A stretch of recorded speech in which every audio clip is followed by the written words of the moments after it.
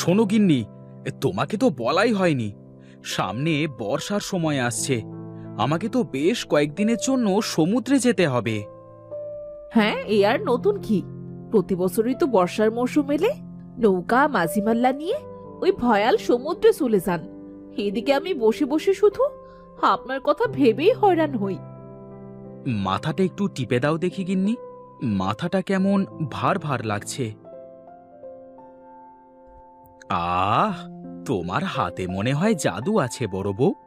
তোমার নরম হাত দিয়ে যখন আমার মাথা টিপে দাও, মনে হয় কে যেন আমাকে ভীষণ আদর করে দিচ্ছে। ও মাগো, কি হলো এটা? কি আর হবে, চুলগুলো কেমন কাকের বাসা করে রেখেছো দেখছি। তা তো হবেই, সারাদিন ব্যবসা বাণিজ্য নিয়ে ব্যস্ত থাকি, নিজের প্রতি আর যত্ন নেওয়ার সময় কোথায়। দুই দুটো বউ থাকতে যদি এমনটা বলেন, তাহলে লোকে কি বলবে শুনি? লোকের কথার খেতা পুরি, লোকে কি বলল না বলল অত কিছুর পরোয়া করি না আমি। সে আমি ভালোই জানি, তা না হলে কি আমার এক কথায়? কি এক কথায় কি শুনি? না থাক, শোনা লাগবে না। আরে ছোট বউ, এতক্ষণ কোথায় ছিলে তুমি? বাইরে রান্নার কাজ শেষ করলাম, ভাবলাম আপনার হয়তো খিদে পেয়েছে, তাই বলতে এলাম। রান্নার কাজ শেষ হয়ে গেছে রে ছোট? হ্যাঁ দিদি, সব রান্না শেষ। আমি কি খাবারগুলো সব ভেতরে নিয়ে আসবো? না রে, তোর আর কষ্ট করার দরকার নেই। তুই এসে বস, ওনার মাথাটা একটু টিপে দে, আমি খাবার বাড়ছি। ঠিক আছে দিদি।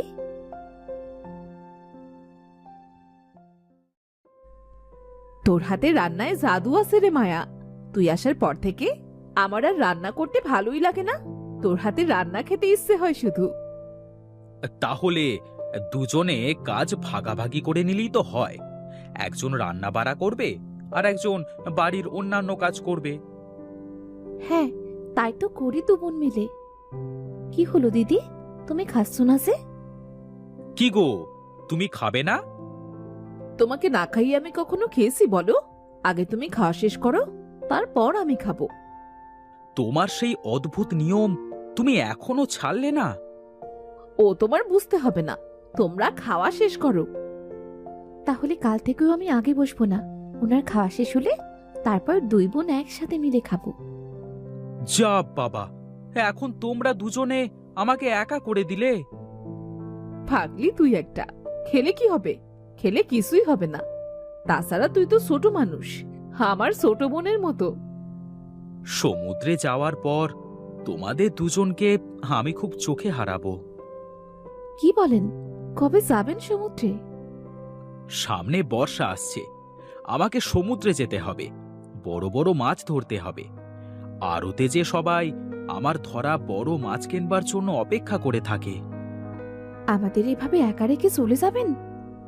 হ্যাঁ রে ছোট, আমাকে একা রেখে চলে যেত, এখন তো আমরা দুজন রয়েছি, একসাথে থাকতে পারবো। জানকে, তাতে আমাদের কি? আমরা তো দু বোন মিলে দিব্যি কাটিয়ে দেব।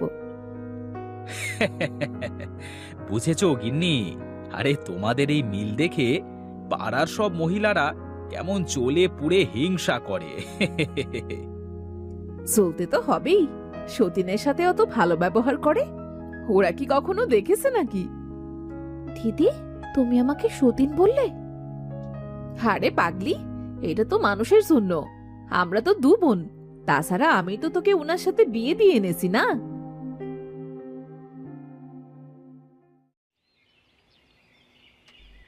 কই গো বড় গিন্নি, কোথায় তুমি? কি হলো, ডাকছেন কেন? আমার যে যাবার সময় হয়েছে, এখনই রওনা দিতে হবে। হরি আর গণেশ দুজনে নৌকা নিয়ে ঘাটে অপেক্ষা করছে যে। ও আচ্ছা, তুমি তো একদম তৈরি হয়ে গেছো। দাঁড়াও, আমি ছোট বউকে ডেকে দিই। না না, ডাক দেওয়ার দরকার নেই, চলো আমি বাইরে যাচ্ছি।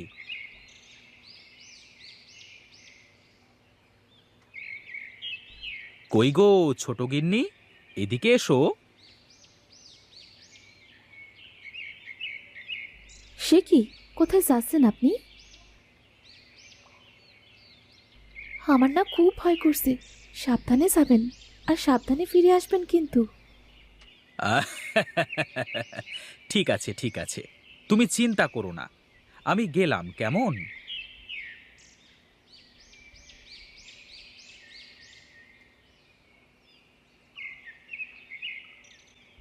কই রে হরি, নৌকায় সব তৈরি তো?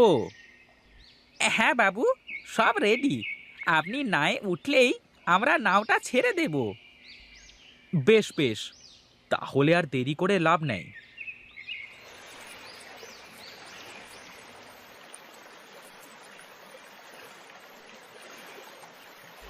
বেশ জোরে বাতাস হচ্ছে মনে হচ্ছে হরি। হ্যাঁ বাবু, এই বাতাসের বেগটা একটু বেশি মনে হচ্ছে। বইটা চালাতে বেশ খাটনি হচ্ছে। বাবু, দূরে মনে হচ্ছে ঝড় উঠেছে, বেশ জোরে বাতাস হচ্ছে, মাস্তুল ছিঁড়ে যেতে পারে। আমাদের মনে হয় একটু পরে আরো গভীরে যাওয়া উচিত। হ্যাঁ হ্যাঁ, তাহলে তাই কর। এ কি, এ কি হচ্ছে? ও হরি, থামা থামা, নৌকা থামা, পড়ে যাব তো। এ বাবু কিচ্ছুটি করতে পারছি না তো। মনে হয় এবার আমাদের এই মাঝ নদীতে ডুবতে হলো বাবু।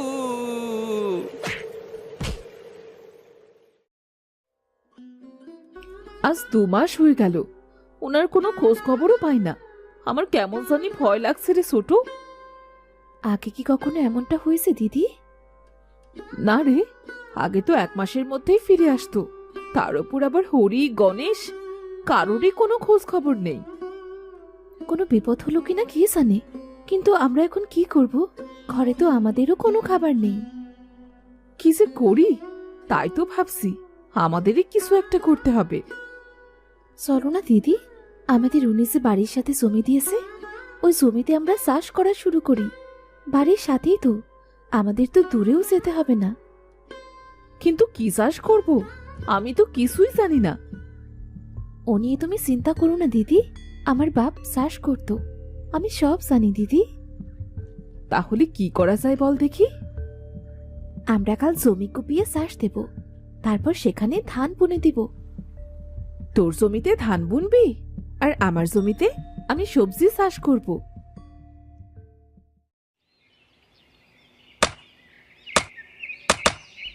দিদি, এই দিকে এসো, দেখো দেখো, এখানে কিছু একটা পেয়েছি। সে কি রে, এ তো মনে হচ্ছে কোনো গুপ্তধন। সত্যি দিদি, চলো আগে চলো তুলে দেখি। দিদি, এ আমি কি দেখছি? আমার যে বিশ্বাসই হচ্ছে না দিদি। চুপ, কাউকে এই কথা বলা যাবে না। তুই এটা নিয়ে ঘরে যা, আমি আমার জমিটুকু কুপিয়ে আসি।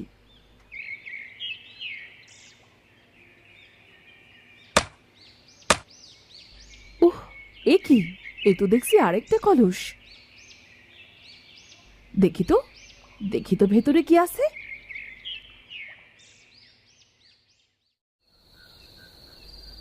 দিদি, আমরা যে গুপ্তধন পেয়েছি, তাতে আমাদের সারা জীবন খুব ভালোভাবে কেটে যাবে।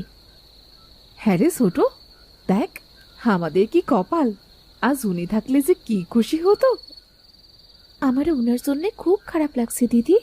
আজ আমরা অনেক খুশি, কিন্তু উনি আমাদের পাশে নেই। চিন্তা করিস নে বোন, এখন তো আমাদের আর কিছুর অভাব রইল না। আমরা ওনার সন্ধানে বের হব। হ্যাঁ দিদি, ওনাকে যে খুঁজে বের করে আনতেই হবে আমাদের। নে নে, অনেক রাত হয়ে গেল তো, চল এখন ঘুমিয়ে পড়ি, কাল সকালে দেখা যাবে খন।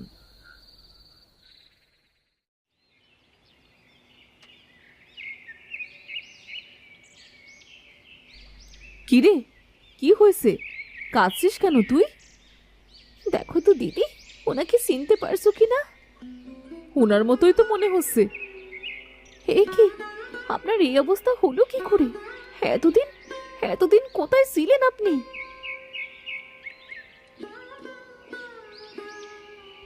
হোগো, কি হলো?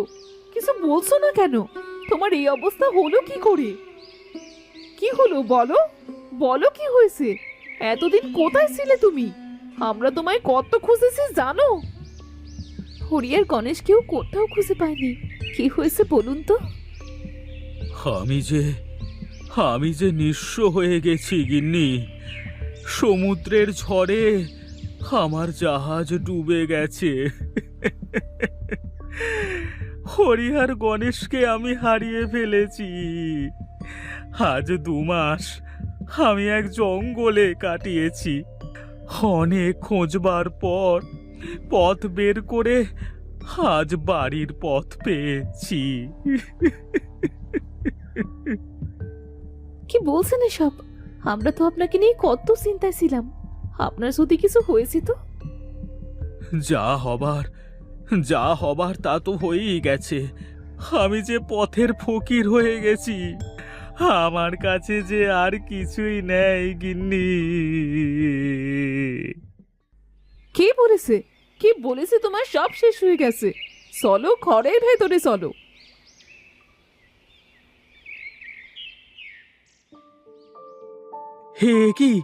হে কি আমার নিজের চোখকেও তো বিশ্বাস করতে পারছি না। কোথায় পেলে তোমরা এই গুপ্তধন? আপনি আমাদের 2 বোনকে যে 2টো জমি দিয়েছিলেন, আপনার কোনো সন্ধান না পেয়ে আমরা জমিতে চাষ করতে চাই। আর তারপর আমরা 2টো জমি থেকে এই গুপ্তধন পাই। আমার যে আর কিছুই বলবার নেই।